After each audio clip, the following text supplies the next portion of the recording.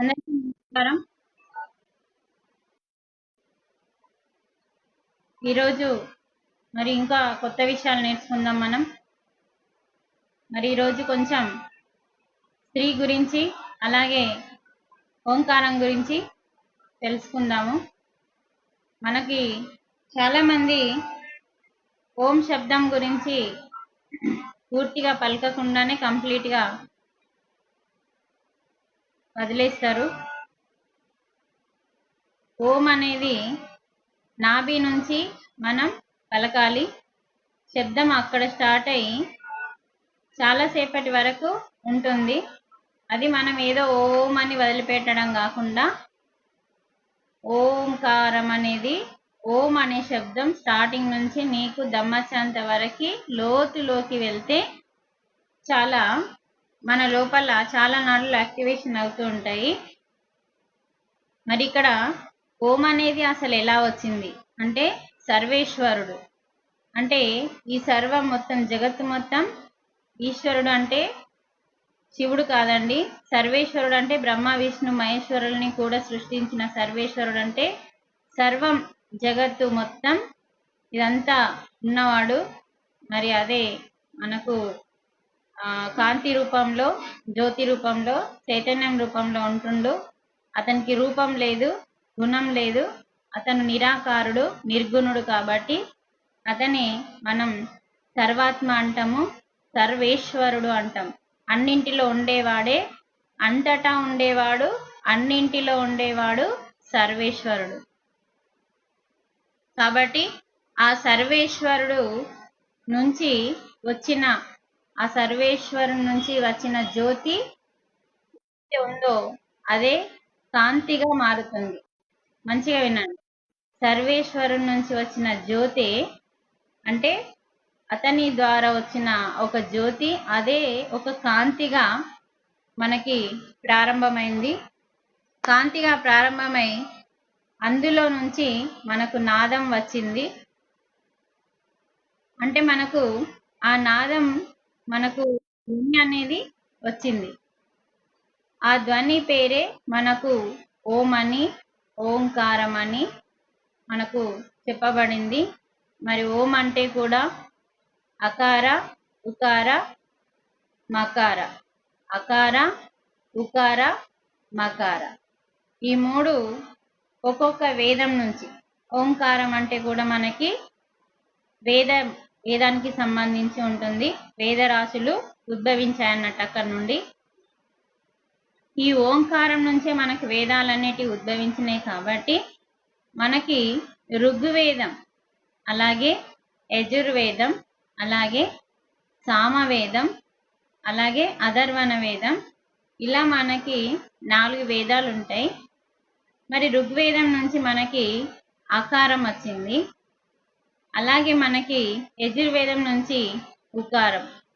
First అకారం తర్వాత ఉకారం. సామవేదం నుంచి మనకి చక్కగా మకారం. మిగతాది ఆయుర్వేదానికి సంబంధించింది. అంటే మన అథర్వణ వేదం అనేది మొత్తం ఆయుర్వేదానికి సంబంధించింది. ఇలా మనకి ఈ మూడింటి ద్వారా అకార, ఉకార, మకార అనేది ఏదైతే ఉందో ఇవి ఓంకారం అనే శబ్దంలో ఉంటాయి. ఇవి మూడు మనకు జాగృత అవస్థకి అకారం అని, స్వప్నావస్థకి ఉకారం అని, సుషుప్త అవస్థకి మకారం అని కూడా చెప్పడం జరిగింది. మన నిద్రకి కూడా సంబంధం ఉంటుంది. మనకి అకారం అనేది ఏదైతే ఉందో అకారం అనేది మనకి మన బొటనవేలి నాడి నుంచి మన శరీరము కింది నుంచి పైకి. అంటే ఫస్ట్ మనకు అకారం అని చెప్తున్నాం కదా. ఈ అకారం అనేది ఏదైతే ఉందో కాలి బొటనవేలు యొక్క స్థానం నుంచి నాభి వరకు అంటే మూలాధారము కంటే కింది నుంచి కాలి బొటనవేలు నుంచి మూలాధారము, స్వాదిష్టానము, మణిపూరక ఈ 3 చక్రాలని కలుపుకొని అకారం అనేది మనకు శుద్ధి చేయబడుతూ ఉంటుంది. ఓం అనే శబ్దము ఎప్పుడైతే మనం ఏదైతే ఉందో అది పూర్తిగా ఆత్మస్వరూపం అని తెలుసుకోవాలి. ఓం అనేది వేరు, ఆత్మస్వరూపం అనేది వేరు అన్నది కాదు. అయితే ఆత్మస్వరూపమే ఓంకార నాదము. అందుకే సద్గురులందరూ కూడా ఇవేమీ చెప్పకుండా వాళ్ళు చక్కగా శ్వాస మీద ధ్యాస పెట్టి మీరు ఆత్మాని తెలుసుకోవడమే మీరు ఓంకారం చేసినట్టే అని చెప్పి, ఎప్పుడైతే మనం శ్వాస మీద ధ్యాస పెట్టి మన లోపల ఉన్న నాడులని, స్థితులని, చక్రాలని ఓపెన్ చేసుకుంటామో, ఈంకారము ఓంకారం అని రెండు ఉంటాయి. ఇవన్నీ శబ్దాలు ఓపెన్, ఇవన్నీ కూడా మనకు ఓపెన్ అయితే అన్నట్టు. అందుకని మనకి గురువులందరూ చక్కగా ఇవన్నీ చెప్పకుండా, తికమక పెట్టకుండా, కన్ఫ్యూజ్ చేయకుండా, ఇంకా మరి ఓం చేస్తేనే మంచిగా, శ్వాస మీద ధ్యాస చేస్తే మంచిగా లేక అని కొన్ని అపోహాలు ఉంటాయి మీకు. అదంతా ఏమీ లేదు. శ్వాస మీద ధ్యాస చేయడం ద్వారా ఏమవుతుందంటే ఓం అనేది కూడా మనకు సహస్రారంలో ఉంటుంది. మనం మొన్న ఇంత ముందటి క్లాస్లో తెలుసుకున్నాము. ఏ మూలాధారం, స్వాదిష్టానం ఈ చక్రాలు ఓపెన్ అవుతూ ఉంటాయో మనకు సహస్రారం ఓపెన్ అయినప్పుడు ఓంకార నాదం అనేది మనకు వినిపిస్తుంది. అనాహత చక్రంలో అంటే హృదయ చక్రంలో ఈంకారం అనేది ఉంటుంది. మరి వీటి గురించి కొంచెం డీటెయిల్స్గా తెలుసుకుందాం మనం. ఇక్కడ మనకి ఓంకారంలో 8 స్థితులు ఉంటాయన్నట్టు. మనకు ఒట్టి అకార, ఉకార, మకార అని మాత్రమే తెలుసు. ఈ 8 స్థితులు ఓంకారంలో ఉన్నాయి. ఒకటి అకార, ఉకార, మకార, తర్వాత నాదం, అలాగే బిందువు, అలాగే కళ, తర్వాత కళాతీతం, తర్వాత పరమానందం. ఇవన్నీ మనకేంటంటే 8 స్థితులు మన లోపలనే ఉన్నాయన్నట్టు. పరంధామం, పరమానందం కాదు, పరంధామం. 8వది పరంధామం. ఇవన్నింటికి భగవంతునికి పూర్తిగా కనెక్ట్ అయి ఉంటాయి. వేదాలకు సంబంధించి, భగవంతునికి సంబంధించి ఈ ఓంకారం అనేది ఒక్కటి అనేది కాదండి, అందులో ఎన్నో స్థితులు ఉంటాయి. ఎందుకంటే అది సర్వేశ్వరు నుంచి వచ్చిన శబ్దం కాబట్టి దాని నుంచే మనకు ఇదంతా ఉద్భవించింది. జ్యోతి నుంచి కాంతిగా, కాంతి నుంచి నాదము, ఓంకారంగా మనకి జరిగింది. కాబట్టి ఆ ఓం అనే శబ్దము మనం ఎప్పుడైతే ఉచ్చరించడం జరుగుతుందో మన లోపల ఎన్నో నాడులు ఉత్తేజితం, అంటే ఏమంటాం, ఉత్తేజితం అంటే మేల్కొల్లడం, మేల్కొల్పడం అంటాం. నిద్రలో పోయే వాళ్ళందరినీ లేపుతాం చూడు, దాన్ని మేల్కొల్పడం అంటాం. అలా మనలో ఉన్న నాడులు కానీ, మనలో ఉన్న ఏమన్నా బ్లాక్స్ కానీ ఓం అనే శబ్దం ద్వారా, మరి ఓం అనే శబ్దం అనేది ఆత్మకు సంబంధించింది కాబట్టి ఆత్మ స్వరూపమే. మరి ఇప్పుడు మనం చేసే ధ్యానము ఆత్మకు సంబంధించింది కాబట్టి మనం చేసేది కూడా ఇక్కడ చూడండి, ఓం అనే శబ్దము మనము చేయకుండానే దాని లోతులోకి వెళ్తున్నాం మనం. అంటే మన యొక్క ఏవైతే చక్రాలు ఉన్నాయో ఈ చక్రాలు ఒక్కొక్కటిని ఓపెన్ చేసుకుంటూ మనం వెళ్ళాలి. ఇప్పుడు చూడండి, ఆకారం అని చెప్పినాం, కాలి గోటి నుంచి మనకి మణిపూరక అంటే బొడ్డు వరక దాని యొక్క ఉపయోగాలు ఉంటాయి. అక్కడి వరకు మనకు పనిచేస్తుంది అకారం. అది 4 సెకండ్లు పలకాలి.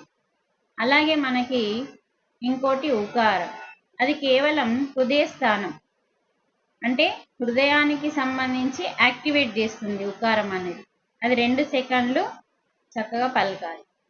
తర్వాత మనకి మకారం అనేది ఈ విశుద్ధ చక్రం నుంచి సహస్రారం వరకు వాటి స్థితి ఉంటుంది. అది 4 సెకండ్లు పలకాలి. ఇక్కడ మనకి ఏదైతే ఈ అకార, ఉకార, మకారం అనేది మన కాలి గోటి నుంచి సహస్రారం వరకు ఓం అనే శబ్దంతో కనెక్ట్ అయి ఉంది. కాబట్టి మనం శ్వాస మీద ధ్యాస అనే ధ్యానం చేయడం ద్వారా మన శరీరంలో ఉన్న ప్రతి నాడి కానీ, మన శరీరంలో ఉన్న ప్రతి చక్రాలు కానీ యాక్టివేషన్ కావడానికే శ్వాస మీద ధ్యాస చెప్పడం జరిగింది. అంటే ఇవన్నీ కన్ఫ్యూజ్ చేయకుండా చక్కటి సులభమైన మార్గాన్ని మనకు అందివ్వడం జరిగింది. కాబట్టి ఓం అంటేనే ఆత్మస్వరూపం. కాబట్టి మనం ధ్యానం చేయడం అనేది ఆత్మతో ఉండడం కాబట్టి మనం ఓం అనే శబ్దంతోనే కలిసి ఉన్నాము. మీకు ఇంకేం డౌట్ అనేది ఉండకూడదు. ఇక్కడ మనకి ఈ హృదయంలో అంటే ఎవరికైతే అనాహత చక్రం ఓపెన్ అవుతుందో వారి లోపల ప్రేమతత్వం వికసిస్తుంది. అంటే అందరినీ ప్రేమగా చూడడం, నీ వాళ్ళు నా వాళ్ళు అన్న తేడా లేకుండా అందరినీ సమానంగా ఎవరైతే ఎప్పుడైతే చూడగలుగుతున్నారో వాళ్ళ యొక్క అనాహత స్థితి అనేది ఓపెన్ అవుతుంది. ఓపెన్ అయితేనే చూడగలుగుతాము. ఇక్కడ మనకి ఎవరైతే అనాహత స్థితిలో ఉండి ధ్యానం చేస్తారో వాళ్ళకి ఈంకారము, ఓంకారం కాదు, ఈంకారం అనే శబ్దము మన హృదయ చక్రంలో వినిపిస్తుంది. అదే ఇంకా మనం పైకి వెళ్తూ ఉన్న కొద్దీ మనకు సహస్రారంలో ఓంకారం అనే శబ్దం ఏం చేస్తుందంటే ఆ సర్వేశ్వరునికి కలుపుతుందన్నట్టు. అందుకని మనం సహస్రార స్థితికి రావాలి అంటే ఆత్మ శ్వాస మీద ధ్యాస ద్వారా మనస్సుని శూన్యం చేసి బుద్ధిని వికసింప చేసుకొని ఆత్మకి ఎప్పుడైతే దగ్గరైతామో సహస్రార స్థితికి ఎప్పుడైతే వస్తామో అప్పుడే ఓంకార నాదం అనేది సర్వేశ్వరుని వరకు తీసుకెళ్తుంది. కాబట్టి హృదయ చక్రము మనం ఓపెన్ చేసుకున్నప్పుడు ఇక్కడ మనకి ఏకాంతంగా కూర్చున్నప్పుడు మాత్రమే వినిపిస్తుంది. ఏదో మనం సందడిలో కూర్చున్నప్పుడు మనకు ఆ లొల్లే వినబడుతుంది. కాబట్టి మనము ఈంకారం అనేది హృదయ చక్రంలో వికసిస్తుంది, వినిపిస్తుంది అంటే మీరు అక్కడ ఉన్నట్టు. అది మనం ఏదో ఈ మేడం చెప్పింది వినిపిస్తుంది కదా అని మీరు అపోహలు పెట్టుకోకుండా ఏకాంతంగా ఉండి నిజంగా మనం ఏ చక్రంలో ఉన్నామో కూడా మనం తెలుసుకోవచ్చు. మూలాధారంలో ఉన్న వాళ్ళ లక్షణాలు ఎలా ఉంటాయి, అలాగే స్వాధిష్టానంలో మూలాధారంలో ఉన్న వాళ్ళ ఎప్పుడు లక్షణాలు తినడం, పడుకోవడం ఇదే ఉంటుంది. తర్వాత స్వాధిష్టానంలో ఉన్న వాళ్ళకి చక్కగా నాకు కావాలి, నేనే పెత్తనం చెలాయించాలి అనే గుణాలు ఉంటాయి. మణిపూరక చక్రంలో ఉన్న వాళ్ళకి రాజకీయాలలో ఎక్కువగా ఉండాలనిపిస్తుంది. అంటే లోపలంతా ఇప్పుడు మా రాజకీయ నాయకులు ఎట్లా కనిపిస్తారండి, లోపలంతా డొల్లా ఉంటుంది వాళ్ళ గుణాలు, బయటకు చూస్తే ఖద్దరు బట్టలు వేసుకొని టీక్ టాక్ గా తయారవుతారు. అంటే మణిపూరకము అంటే లోపలంతా డొల్లా ఉంటుంది, బయట మణి కనిపిస్తుంది. అంటే లోపలంతా వాళ్ళ గుణాలు చేంజ్గా ఉంటాయి. ఎప్పుడైతే ఈ 3 స్థితులు ప్రాపంచికానికి సంబంధించినవని మనం ఇంత ముందటి క్లాస్లో తెలుసుకున్నాము. అనాహత చక్రం నుంచి మెల్లిమెల్లిగా మనము ఆత్మ వైపు వస్తామన్నట్టు. అంటే ఆ యొక్క ఆత్మస్థితి అంటే నేను అన్న అహం పోయి నాది అన్న మమకారం పోయి అది రెండు ఎప్పుడైతే తొలుగుతాయో మనకి మెల్లిగా అనాహత చక్రము, ఆధ్యాత్మిక చక్రము అక్కడి వరకు వస్తాం మనం. కాబట్టి ఇది మన గుణం ఎలా ఉందో చెక్ చేసుకోవడానికి మంచి సూచన అన్నట్టు. ఇప్పుడు మనం ఎలా ఉంటున్నాము తెలుసుకోవచ్చు మన చక్రాన్ని బట్టి. ఎవరెవరు ఏ చక్రాల్లో ఉన్నారో చెప్పచ్చు, కానీ మేము చెప్పలేం కాబట్టి, చెప్తే బాగుండదు కాబట్టి చెప్పలేం. అందుకని మనం చేంజ్ చేసుకోవాలి. ఈ క్లాసులు ఎందుకు చెప్పడం అంటే ఎవరిని వారు చెక్ చేసుకోవడానికి. చేసుకున్న తర్వాత ఈ క్లాసును విని మనం ఏ చక్రంలో ఉండాలి, ఏ చక్రంలోకి మారాలి అన్న సంగతి మనం స్పష్టంగా తెలుసుకొని మార్పు తెచ్చుకోవడం కోసం ఈ యొక్క స్థితులని దాటుతూ మన గుణాలని మార్చుకుంటూ, నిన్నటి క్లాసులో కూడా మనం అన్ని గుణాల గురించి చక్కగా అష్ట గుణాలు, అష్ట పుష్పాల గురించి నేర్చుకున్నాం. కాబట్టి ఈ చక్రాలు కూడా మన యొక్క గుణాలను బట్టి కూడా మనకి ఓపెన్ అవుతూ ఉంటాయి. అన్నింటికంటే ముఖ్యమైనది ఏంటంటే మనకు స్వార్థం లేకుండా, స్వార్థం అనేది ఏం లేకుండా నిస్వార్థంగా మొత్తము ప్యూరిటీగా మనము ఉండాలి. లోపల ఒకటి ఉండి బయటకు ఒకటి మాట్లాడే వాళ్ళు, నటించే వాళ్ళు ఉంటారు, ప్యూరిటీ అనరండి. లోపల ఒకటి కాకుండా మనకి బయట ఒక మనస వాచ కర్మన ఒకేలాగా, ఇది మాట్లాడితే నాకు కష్టం వస్తుంది, ఇది మాట్లాడితే నాకు లాభం వస్తుంది అనేది ఏది ఆలోచించకుండా ప్యూరిటీగా మాట్లాడి అబద్ధాలు ఆడకుండా సత్యంగా మాట్లాడుతూ మనస వాచ కర్మన ఎవరైతే ఒకేలాగా ఉంటారో దాన్ని ప్యూరిటీ అంటాము. మరి వెనక ముందు ఆలోచించకుండా వీళ్ళు నా వాళ్ళతో ఒకలాగా, బయట వాళ్ళతో ఒకలాగా ఉండడం, ఉన్న వాళ్ళతో ఒకలాగా, లేని వాళ్ళతో ఒకలాగా ఉండేది కూడా ప్యూరిటీ కాదండి. సమానత్వంతో ఉండడమే ప్యూరిటీ. ఆ ప్యూరిటీ ఉన్నప్పుడు ఏమవుతుందంటే పరమాత్మ నిన్ను వెతుక్కుంటూ రావడం అనేది మనకు అనాహత చక్రం నుంచి మొదలవుతుంది. విశుద్ధ చక్రం అనేది ఏంటంటే విశేషమైన చక్రం అన్నట్టు. ఇది విశుద్ధమైన అంటే విశేషమైన శుద్ధమైనది.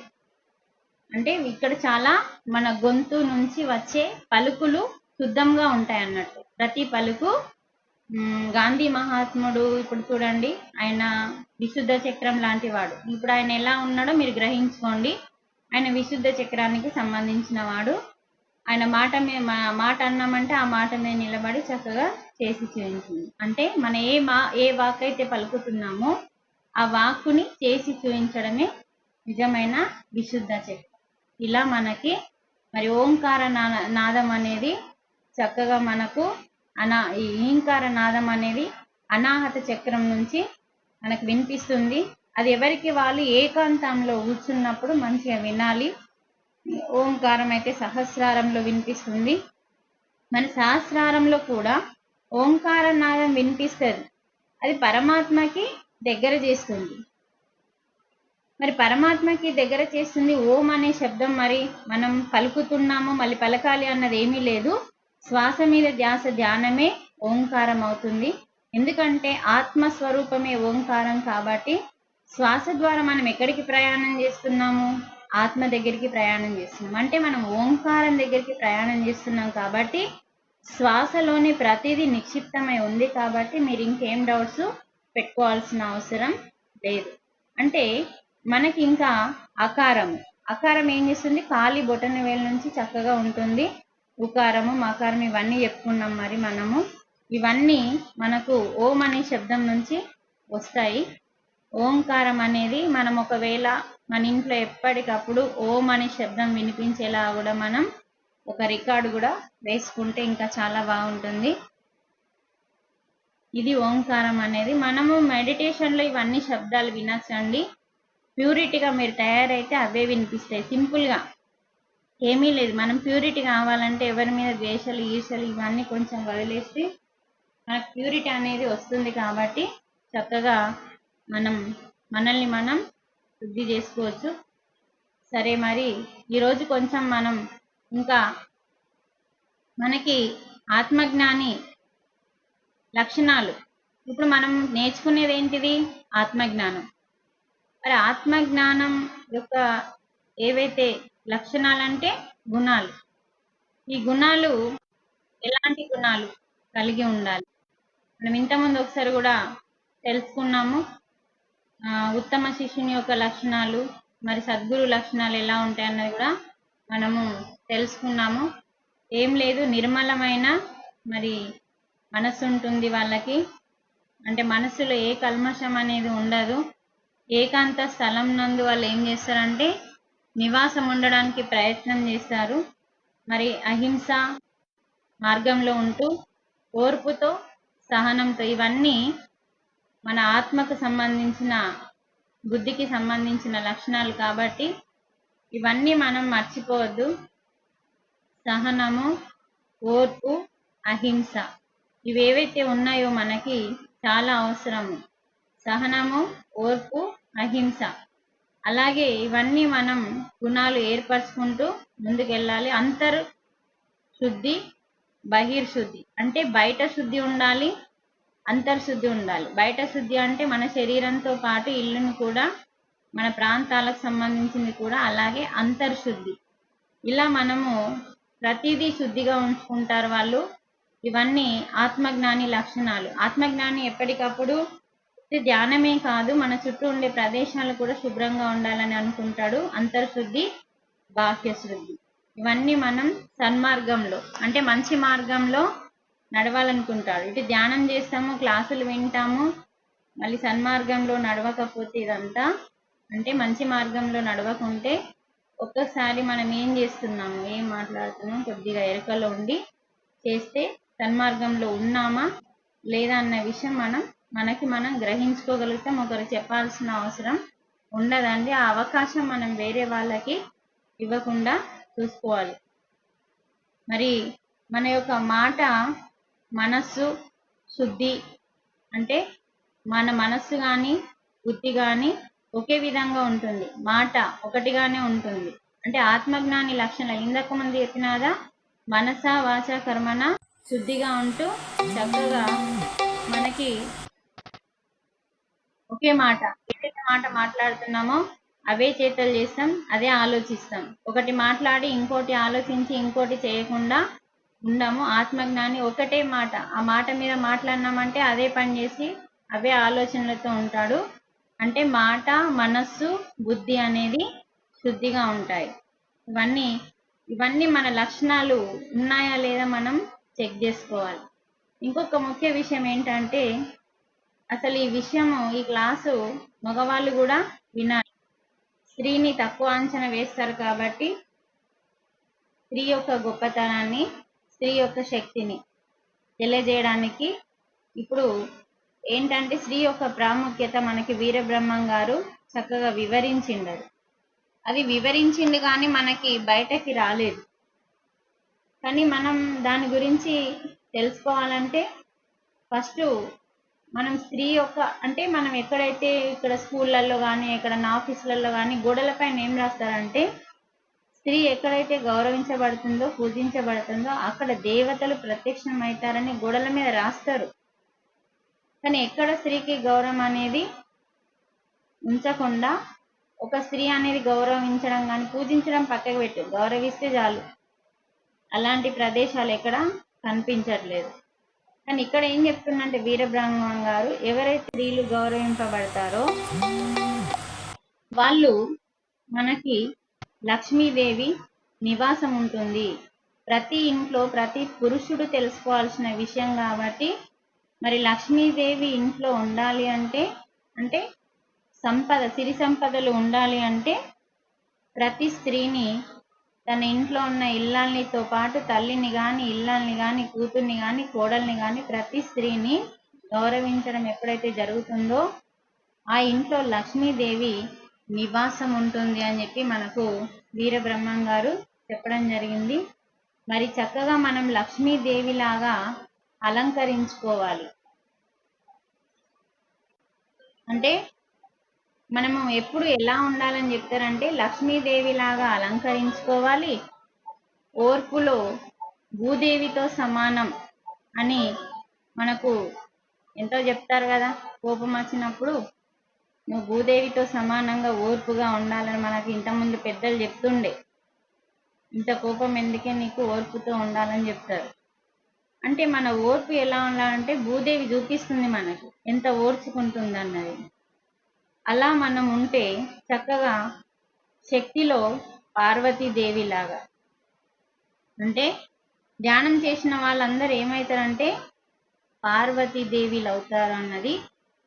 శక్తి రావాలి అంటే కేవలం నిద్రపోతే సరిపోదండి, ధ్యానం చేస్తే పార్వతీదేవి లాగా మారుతాము, ఓర్పు వస్తుంది, భూదేవి లాగా మారుతాము, లక్ష్మీదేవి లాగా చక్కగా స్నానం చేసి మంచి వస్త్రాలు అలంకరణతో ఉండడమే లక్ష్మీదేవి లాగా.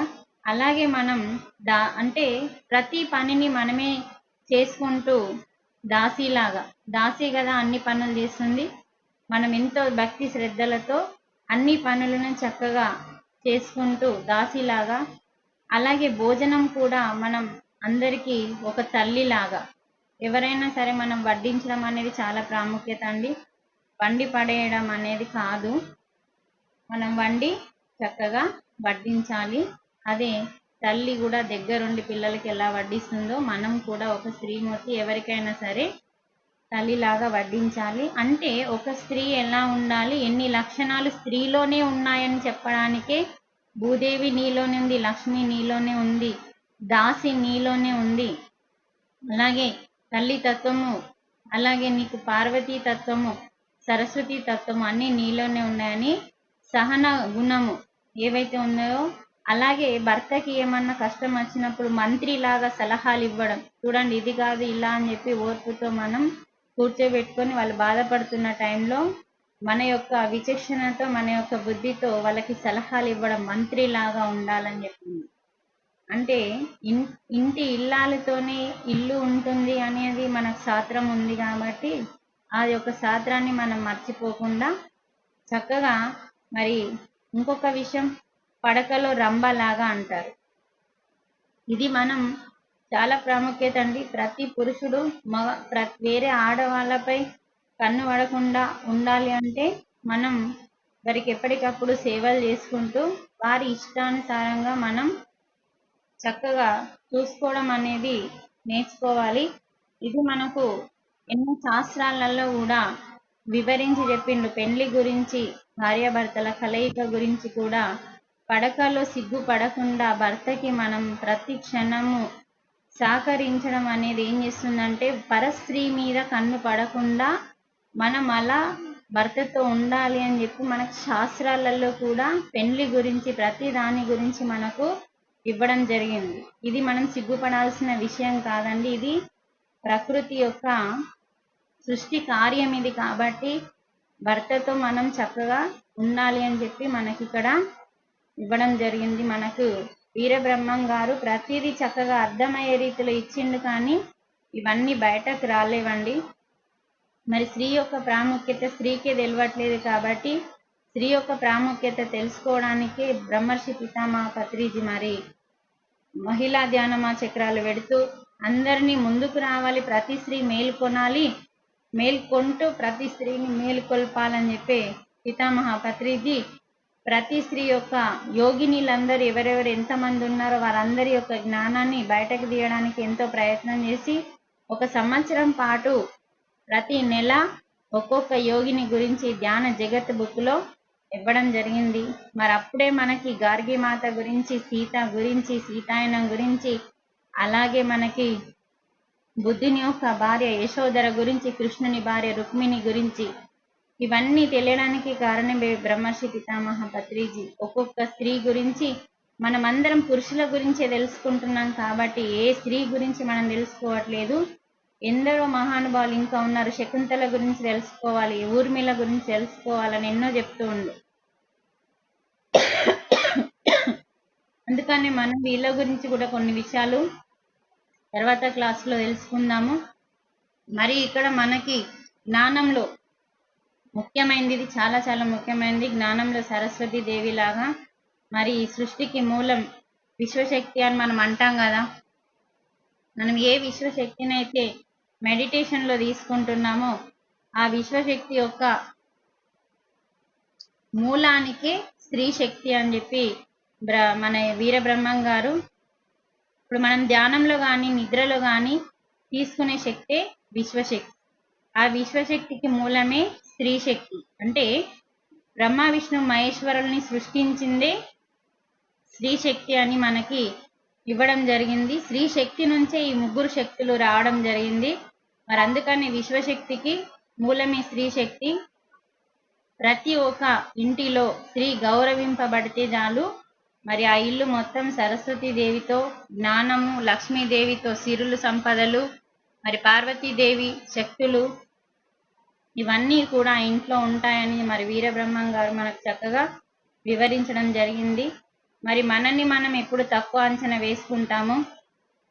తక్కువ అంచనా వేసుకోకుండా మనని మనం అసలు మన యొక్క గొప్పతనాన్ని తెలుసుకొని ప్రతి మందికి పంచుతూ మన యొక్క గొప్పతనాన్ని బయటకి తీయడానికి సాధన ఎక్కువ చేయాలి. సాధన వల్లనే ఏదన్నా సాధ్యమవుతుంది. కాబట్టి టైం అయిపోతుంది. మరి సాధన వల్లనే ఏదన్నా తెలుసుకుంటాం కాబట్టి సాధన లేకుండా మనం ఏమి తెలుసుకోలేము. మరి మనలో ఉన్న టాలెంట్ని బయటకు తీయాలంటే సాధననే.